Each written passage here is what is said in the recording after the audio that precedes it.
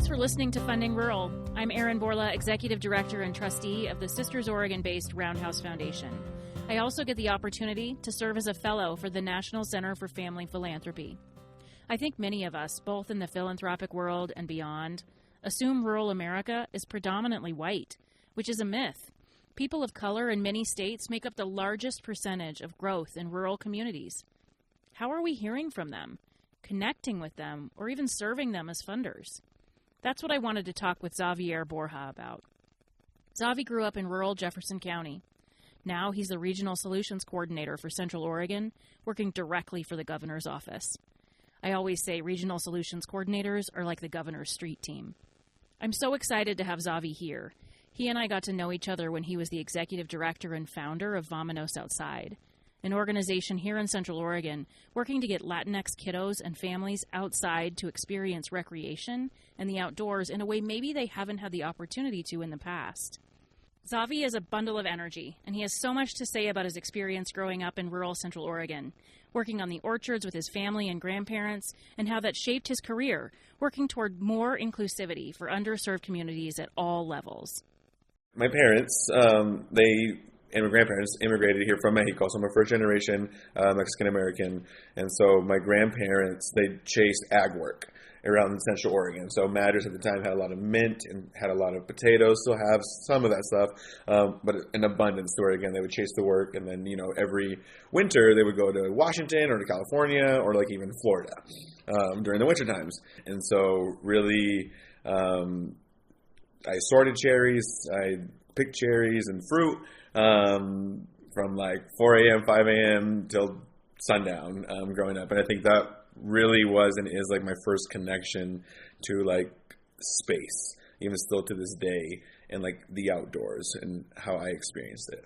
So being outside, that's something that, we hear as philanthropists work. The majority of philanthropists are based in cities and more urban centers. And we talk about climate and we talk about getting a chance to experience outside. And when we think about rural, people look at rural spaces and they're like, everybody already has access. What do you mean they need access? And it's different.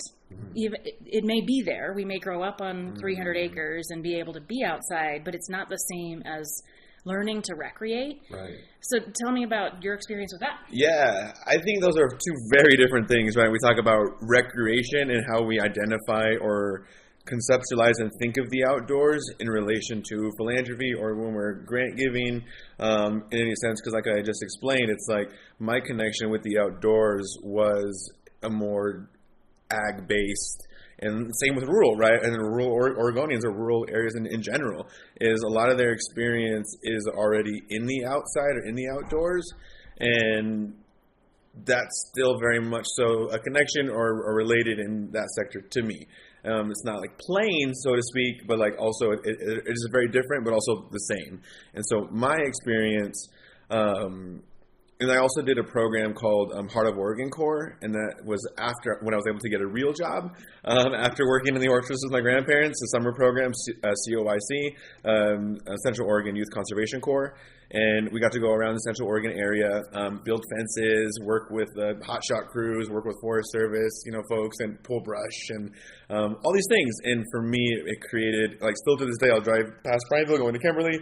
I'm like, I remember, fixing that fence, and like I created in my brain, like, again, this connection to spaces, and also on the way out, the Otricos, I remember going on that Forest Service road and doing that trail. And I didn't realize how much was around me in terms of recreation, especially in the Central Oregon area. It wasn't until, and I'll come back, it will all make sense. And so during like my early 20s, I went to San Francisco and worked for an outdoor organization called Education Outside. And Education Outside was a nonprofit organization that helped urban kids in a very urban area, in Oakland and in San Francisco, with garden-based education. And I remember a lot of the kids were like, I've never seen the ocean. I've never been to the ocean. And to me, that was so wild. I was like, how have you never seen the ocean? We're literally on like a peninsula. Like the ocean's all around you. But then that's when I really started to understand lack of access, barriers to these things in a host of ways, whether it was, I think it trickles down not because they wanted to, but I think, parents, families, and then it goes on to you. So then in my experience, it opened up my eyes to my own experience that I had just either taken for granted or that was just like my norm. And that was normal to me, to where, I didn't spend my weekends with my family hiking or backpacking. And for me, as I continued to unpack that as I got older, so again, my parents immigrated here to this country. And so for them, it was like, backpacking is almost like trekking across the country or somewhere, living with whatever's on your back. And so, I'd ask them sometimes now that I go older, right? It's like, why didn't you want to like go like outside to Smith Rock or something? It's like, I spend 60 hours a day like outside doing these manual labor jobs, or in the outdoors, like already, like the last thing I want to do is go back outside. Or why would I want to be quote unquote miserable in like, packing all my stuff in my bed and sleep on the ground when I came here to sleep on my bed, type of thing. And so that was, innately or unintentionally, my experience then growing up, to where again it wasn't until my mid-20s. So again, live in Central Oregon. The mountains are what? I mean, we're looking at the mountains, right? It's like I was like 26 the first time I went to Mount Bachelor, and it was extremely beautiful and it was crazy. And I was like, man, like why have I never been here? Like I like this is crazy. It's just right there. And for me personally, thanks to social media, I got exposed to a lot of waterfalls in the area too. So then I was hiking a ton. I was taking pictures of all these like beautiful areas, wanting to show them and share them with other people so they would be encouraged to go out. But I was like, it's all right there. But there's also these barriers, again, of like lack of knowledge, of understanding. I was like, where do I even find this information? And I go to like the website, and I was like, and I speak English pretty well, my first language, right? And it was just like, I don't know how to navigate this website. I don't know how to navigate this trail. And then like, you have to pay here. This is federal. This is state. This is public. This is open lands. I had no concept or understanding of what that even meant, or where to even pay, or like, do you have to pay? And like all these different things of just like not understanding, because I was never taught. And also it's like very cumbersome, and difficult to navigate. And again, to even understand, And it's tricky again, like it's again my own experience and a lot of like Forest Service or like trailhead, like folks that are there to help, but a lot of their uniforms mirror also like Border Patrol and other things. So it creates this like sense of maybe not belonging, and also like for me in this area specifically, I was like I didn't see a lot of people that looked like me or spoke my language in these spaces. And then again, I thought like, why is that? And I reflected on like a lot of like my personal, lived experiences, and started talking to other people. And it's like, and my dad, he always says this, right? I'm like, how? Like, let's go hike tomorrow, and like that's what white people do, right? Like that's not what that's for white people. Or like let's go snowboarding. Have you tried snowboarding? You want to go snowshoeing? That's for white people, right? And he's just very like old school Latino, love him to death, right? But in that narrative, I think it got put into my head, but also I think a lot of other, families and folks where it's like, we don't do that. That's not what we do. Yeah. We don't recreate, right? I think back to that question of like recreation, like that's such a foreign word, of like, we don't associate really, unfortunately, like the outdoors with like play. Again, it's back to that like, it's work. But it's still very connected to like the earth and to the space. And I think the more and more I've reflected on like things like that, it's like he doesn't. I mean, it's just like this concept is a larger discussion, right? Of like socioeconomic like disparities within folks of color and communities and areas, to where, and again now I recognize like that's where like he's coming from, or that's when I think that's where he's coming from, and in multitude of ways, like when he says like, very blanket statements kind of like that, right? It's like, well, no. And that's why for me, I'm like, he's afforded me the opportunity to, have citizenship and like be here, and like I know the language well. So that's why I also felt like it was kind of like a little bit like my duty, like indebted really, of like, how do I repay that? Not only for myself, but like for others. And this is my way of continuing to be able to actively work towards that, is like, no, like I hear where you're coming from, like, Dad, but also, like, we can definitely do this. We've always been steward of the lands. We've always been. We just need to connect and want to be out there also. And so to create that pathway or normalize that for everybody, I think is important. So all of those things that I just kind of shared, especially being in San Francisco and coming back to Central Oregon, it prompted me to be like, I want to see more of like my people outside. I think it's important that you bring up that we have an expectation as philanthropists, as community members, that people care about the things that we care about. Totally. Right? And we forget that if you don't get a chance to experience something in the same way, there's not the same engagement and involvement. Yeah. I've never seen the ocean. Yeah. I don't know what it looks like. Why do I save the ocean? Why is that important? Yeah. You know, I've never been to that prairie, or I've only been outside to pick fruit with my family. I don't understand. There's a disconnect. So understanding that we need to engage more and be closer with people on the ground doing those things, I think, is a really critical piece. So I'm so excited that you mentioned that, because I think that thing is one that we work on in the foundation world as well, of like, let's just get people outside to experience it. And I also want to like really stress, like, in their own way.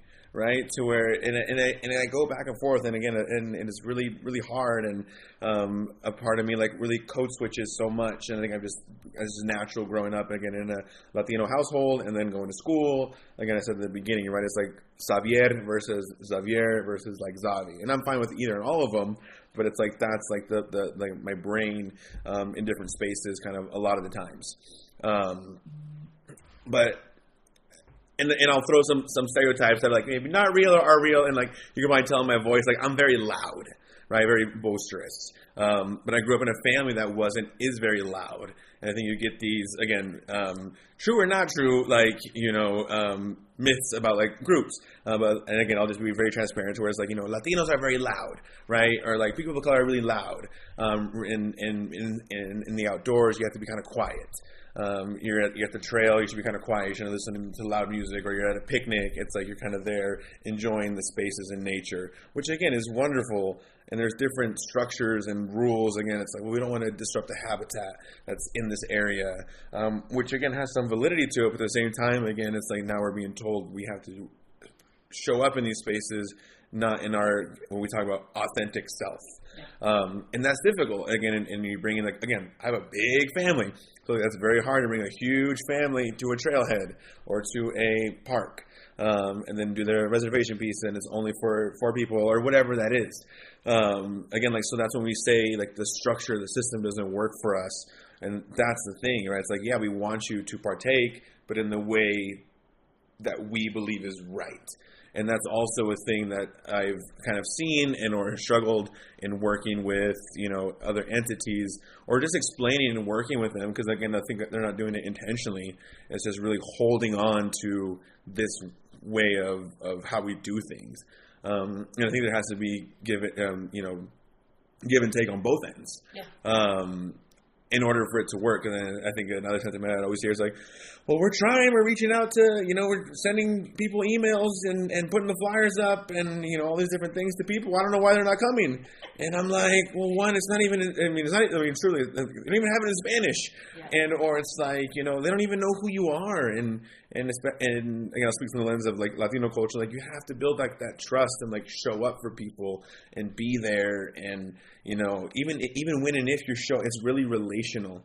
And you can't just show up to a event or an event and then show up with your flyer and be like, yeah, cool, I'd love to, here's this, and it could be the best program, and on your, and I'll speak to you like on your end of like the philanthropy, it's like you have all these funds and grants that are allocated for scholarships that allow it to be free, which is wonderful. And again, it's still like, why aren't they coming? Why aren't they like here and doing this?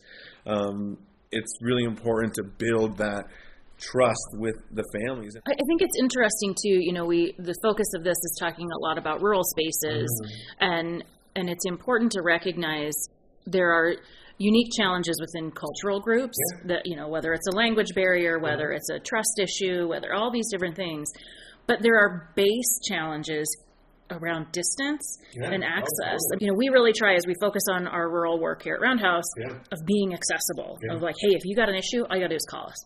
All you gotta do is we got a long runway. We can make changes. Send me an email. Tell me what's going on. All you gotta do is communicate.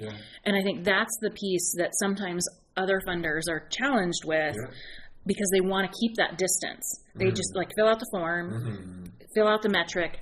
And then again, this is how we want to be communicating. Exactly. Right? Yeah. And so I think there is a lesson there of like, let's try and be more accessible and let's adjust. Always what we always hear is like, well, we need more money. Yeah, right. Yeah, and less strings, more money, less strings. I mean, right. Sure. And that comes down to like, that would be helpful for everything. But we also, we have to reflect on like, okay, well, what does our board look for? Oh, totally. And how are we impacting community with our dollars? But I think it's just being accessible and building trust in the same way, right? Just like you're building trust with families and communities, like we as funders also need to build trust, which means we need to show up. Right. And I think that's the difference. Totally. And you get it and show up in different ways. And the thing that in the past or with, different foundations or with different organizations, it's a capacity issue because then it's like that takes a lot of time to then build that relationship, to make that effort, to like, it is, a little bit, it's easier to be like, fill out this form in this way is how we want it rather than, actually, let me call Zavi.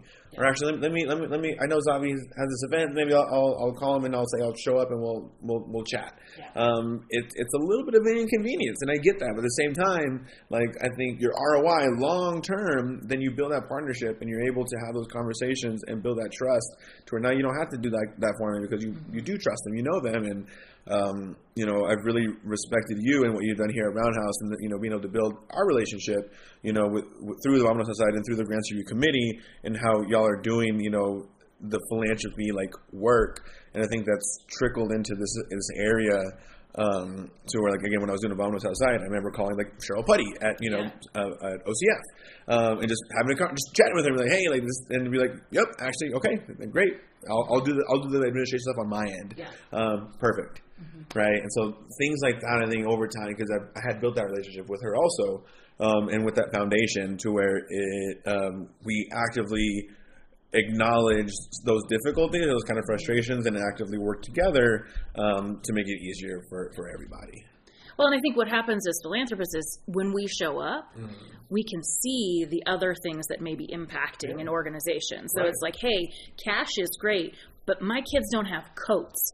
And I can either spend the money to get them outside and pay our team to get out there, or I can spend our money to get them coats. So how do we work together? And it's like, oh, well, I have access. I can get you coats. So seeing those other things, and that's what we're hearing from other organizations too, is how else can we elevate and amplify the work that you're doing, and maybe showing up beyond a paper check, which is like, hey, let me help you tell your story. Let me put you in front of this national audience of funders talking about climate access or talking about Latinos Outside. How does that work? How do we use the relationships and the leverage that we have to elevate programs like that? And that's exactly it. And I've learned from you, frankly, and you've been extremely gracious and good at this, is connecting organizations or people with other people and just seeing where that goes. Like who knows, right? But now you have that connection with this other person or his organization, and I think that's also huge because then it's like we'll see what they can do. Like, or because we all, we talked about earlier, if it was me like in the Vámonos Outside space, it's like I'm so inundated with this reporting and or doing the programmatic things that I don't have time to like meet all these people. Or I'm siloed, right? I'm siloed in like this work. I don't know anything else that's going on. But then having those connections and be like, oh, have you talked to Charlie at Camp Tamarack? It's like, no, I haven't. Like I know of them, right? But it's like I don't know who that is. That connection, and then it's like, boom. Oh, now they're giving us sleeping bags. Now they're opening up their space. They're create it open. You never know where that goes. But we all conceptually are like, yeah, we want to do X, Y, and Z. And until you have that connection, you can actually like bring that into fruition to where, in that exact example, it's like now they're doing yearly, things at Camp Tamarack, with Vámonos Outside, which is wonderful, right? But because of a connection of like, hey, let's see where this goes. And you never know. But again, like I never would have had that opportunity if the like, philanthropic sector, yourself didn't connect me with this other agency because that's the nature of like philanthropy almost. It's like you're connected to all these like other areas. And something I really struggled with when I was doing the Vámonos Outside piece, especially with like the funding aspect, was like there was the time frames in which it took to operate, to execute, or to receive a grant for a specific initiative. The timing just never aligned at times to where, you know, it'd be like, here's a grant for a year to do X, Y, and Z, and it's like, well, I haven't even made contact really with like the families or that region or that area or that organization that's getting the funds that wants to partner with Vámonos Outside. You know, and it's like there's a lot of steps before you get to mountain biking, you know, with families, even if we have that connection. And I think that's what a lot of agencies and funders, I think, sometimes don't understand. It's like, we already have it. It should be an easy transition, right? It's like, so no, we've tried that, and again, it took us like whatever that from 19 to now, like 5 years to get the first mountain biking program.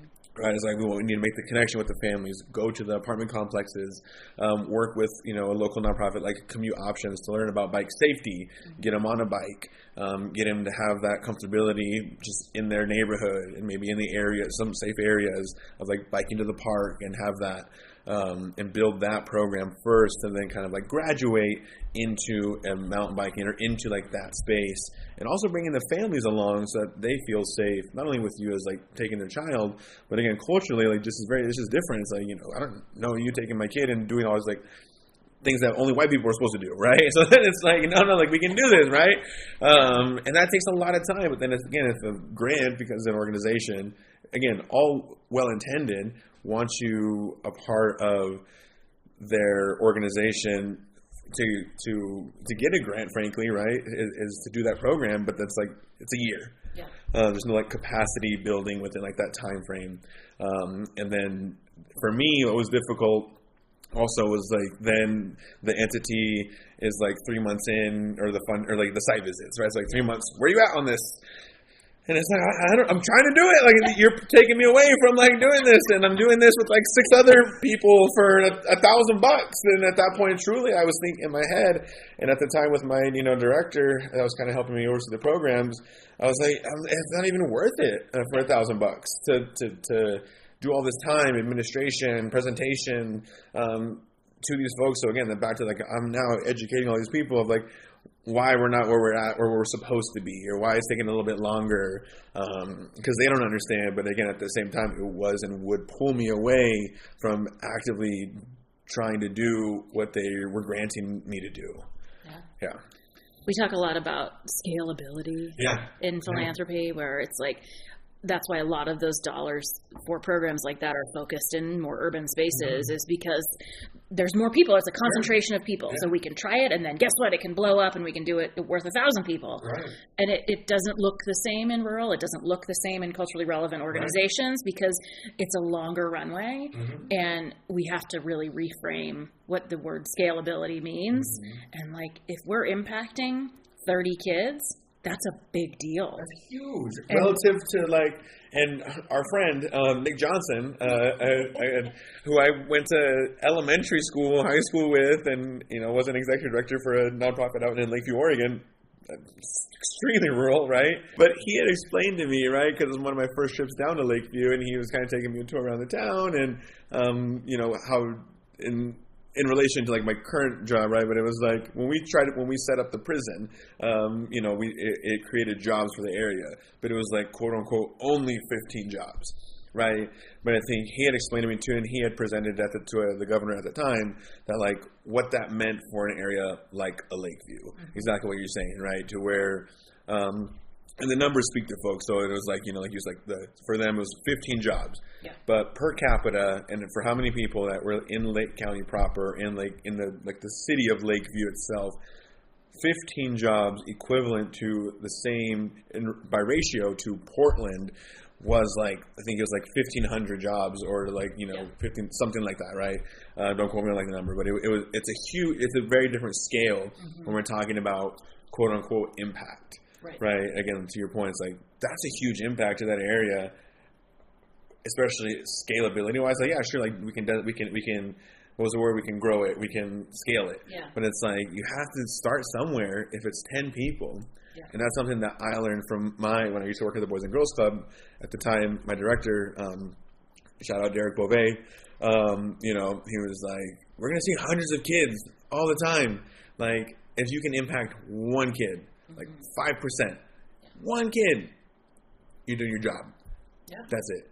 Right? Again, that impact again still, and I've taken it to this day, right? And that's something that I got into my head about, frankly, because of the funding thing. Is like, we want to get to this metric, to this metric, to this metric, and I'm like, shoot, so I'm chasing the numbers, right? I'm like, I'm not good enough, or I'm not doing this enough unless I, get 40 people out here to this program, and would get a little discouraged, and a lot of it I think was that, and then a lot of it was truly like a little bit of ego, right? I was like, I want to get like more people. I need to get 40 people out here. It's like, I only got 10. Yeah. Is that a reflection of me? Is that a reflection of the program? Like, what's wrong? But then again, sitting into all the stuff that we explained, I was like, no, it's going to take time. But what made me question that, and what made that really, frankly, exhausting was, again, trying to hit all these deadlines in that timeline for when I was supposed to execute and make these dollars, I think, almost worth it, how I felt to the entity that was giving me the funds. Yeah. And so that wasn't, I think still is a challenge. Yeah. We've talked a lot in our organization and even on a few of these episodes about equity being distant from power and people just wanting to be heard and feel like they have a voice. And so a position like within Regional Solutions, we joked earlier about it being like the street team, like the governor's street team. Totally. So being able to be out there and hear what's happening so people feel as though they have a voice. Yeah. Because you mentioned Lakeview, which is frankly 60 miles from the nearest stoplight. Yeah. And 6 hours from where decisions are made that impact those livelihoods. People want to be heard. Yeah. And rural is not a monolith. Not every community is exactly the same. So to make decisions that are like, we're going to do this and it's going to be the best thing for every rural or frontier community across the state is not reality. And not every decision is going to be the best for everyone. It's just not going to work. And I think that can also be, and I want to make this point kind of to a lot of our conversations earlier, within like, I was working with solely, with Vámonos Outside, Latino families, and even with, in Latin countries, that is not a monolith, right? Like Ecuadorians and Salvadorians and like very different. It was still underneath this umbrella of Latin, right? And similarly, when I was doing work with the city, right, it was like underrepresented groups. So I broke that out to like 7 different identities. One of those identities being, we'll take BIPOC. Right, Black, Indigenous, person of color. Like even within that, continue. Like it's not a monolith, very individual. So that's what also made that work very challenging because it's like you cannot encompass anything and everything we do just within that. Yeah. And same thing for LGBTQ, right? It was like that's a very different community within all of it. And so similarly to like what works, like rural communities are not a monolith. Yeah. You cannot encompass a policy or anything with all rural Oregonians. And back to your point of like, we're the street team, right? We're understanding to where it's like, this is like a policy meant to help local rural communities thrive. And it's like, well, like that's not going to work for Jefferson County. Yeah. That might work for Burns, but like this is why, right? So being able to have those touch points, I think, is critical. And at a very opportunistic time, as we have a new administration and 4 new regional solutions coordinators, I think it's an exciting time to really rethink how we want to, or how this administration really wants to deploy this street team into communities to help elevate. And also a conversation we're having that's really tied to philanthropy and to like nonprofit sector is who are we not hearing from? Right. And again, that goes back to like, we don't hear in any sector, a lot of sectors, a lot from rural, right? It's again, where the impact is. So we're going to go to the valley, we're going to go to these larger areas, which is again, fine. But like that's again, perpetually, I think I read a stat, it was like what, like 8% of grants in Oregon make it to rural counties, or so I don't know what this Oregon statistic is. 7% of funding nationally. Oh, nationally is earmarked for rural. Yeah. Rural. Yeah. It's fascinating to me, and I think a lot of that has to do with we fund things that we know, right? Right. But I think it's important that people one, have access, two, know who to call. Yeah. And I mean, it goes back to the very beginning of like, I can't navigate your website. Why is it difficult? Totally. Literally. But one of my biggest frustrations too. I'm just like, I'm educated. I speak the language. I know how to read. And I'm just like, I don't know. And that was even with the city when I was working there. Like, I don't know what this says, right? But I also, and then the flip side, a little bit of empathy. I'm like, okay, like we're asking our engineers to also be, community engagement like specialists, and it's like, no, they're not, right? Yeah. So it becomes really difficult, and I think on the flip side, internally in organizations like ours or governmental entities that are providing dollars to community that are intended to access, we have developed these internal systems that are not necessarily functional. You talk about, your 7 groups that you're trying to meet with the city.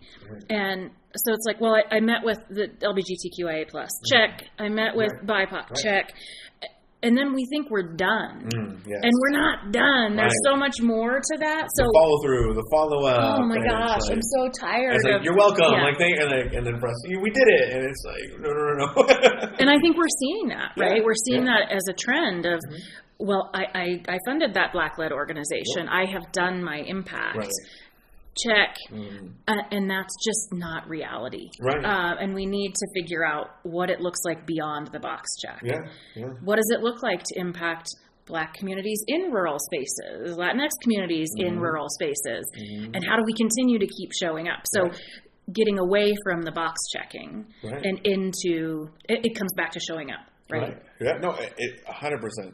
And I'll not challenge that, but I think a thing too, it's like that in itself is not a monolith either, to where some organization might just be like, if you want just a box check, you're going to give me money and without strings, sure, just give me the money and get out of my way, thank you, and then allow me to continue to do this work, right? So I think it's also within that, like, what does that partnership look like for that? To where, at the time, if like North Face wants to give Vámonos Outside $10,000 and just to give it, like, great, like we'll take it, right? But then the more local, like partnership level, like and again, I just think those relationships look and are very different and we're humans, right? So it's like we take one experience and expect that, or like that we kind of help shape our protectiveness in our brains of like, this is how all these other relationships should probably go or should be, especially when and if we're working with communities that we're unfamiliar with, where it's like, well, I worked with that, Latino-led organization and they didn't want that, or they expected, or they did this and you're asking for this. Actually, that's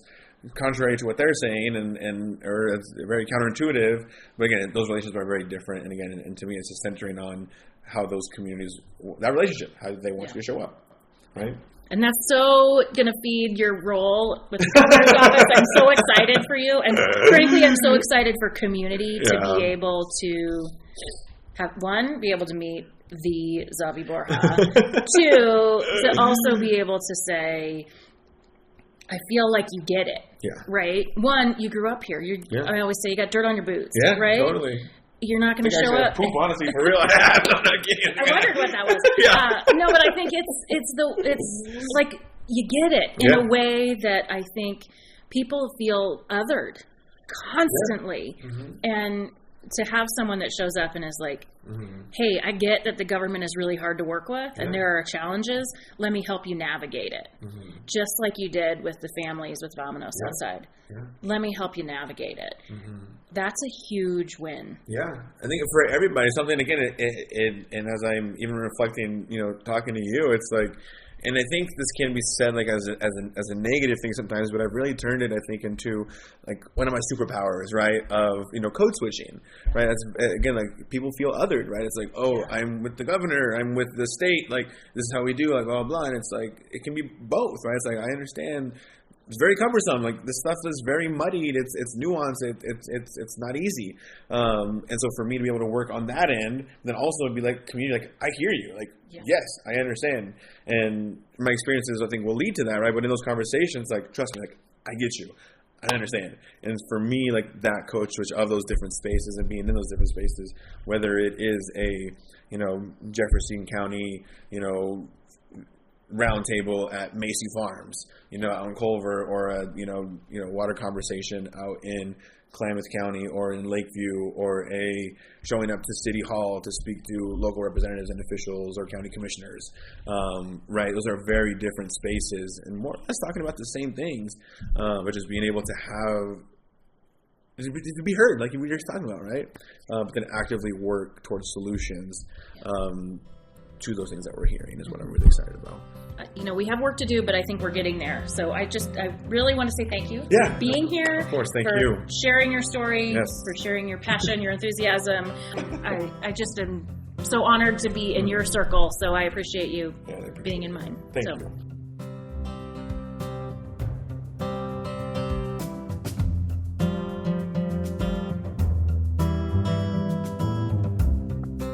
I'm so glad that Zavi's in the position that he's in with the governor's office, so he can really advocate for communities that are often overlooked.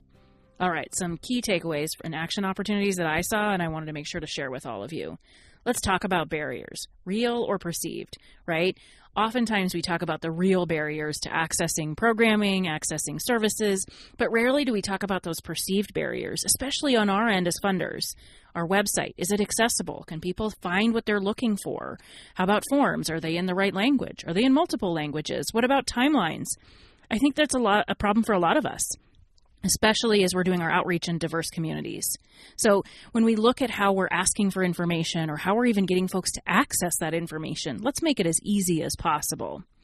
I know Zavi mentioned that there's that timing of grants that doesn't always align with the work that we're trying to do on the ground. So how do funders fix that? I think there's a lot of opportunities.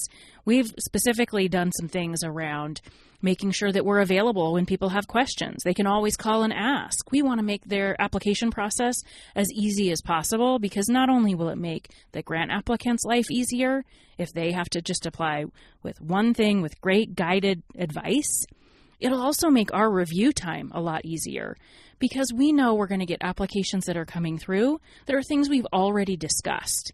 So we've had an opportunity to help coach and advocate for programming that we think will align with our funding priorities as our application cycle comes around. We also operate over video if people want to submit grant reports or other things via video, if they want to do a verbal report. There's a lot of different opportunities. One thing Zavi also mentioned was how he felt like he had to chase those numbers, and his numbers felt like they were never enough.